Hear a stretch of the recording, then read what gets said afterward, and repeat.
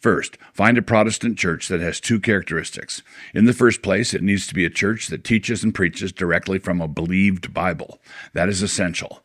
Secondly, it needs to be a church that rejects the three false doctrines that I outlined in the previous section. It needs to be an anti-Darwin church, an anti-feminist church, and an anti-secularist, anti-progressive church. Visit the church and walk through it. If you see any rainbow anywhere that does not have an accompanying picture of an ark and a giraffe, then go on to the next church. If you see Reverend Susie, time to head out. If the church is solid and you are not baptized, then go to the minister and request baptism. What you need to be willing to affirm in order to be baptized would be the contents of the Apostles' Creed. That is basic Christianity. That is the gospel you must embrace. When you find that good church, join it. Plug into it. Second, get a Bible. Use the King James, or if you need a modern version, the New King James. If you are starting from scratch, then dedicate yourself to reading through the New Testament 3 times. Spend a few months doing that.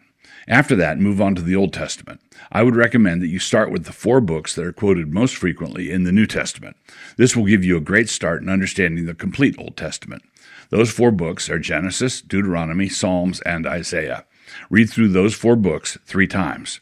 When you are done, then look up a good Bible reading program, like this one, and make it part of your ongoing regimen for the rest of your life.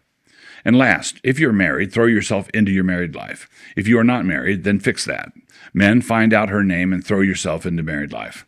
Mark Driscoll once said that men are like trucks. They drive straighter and better with a heavy load.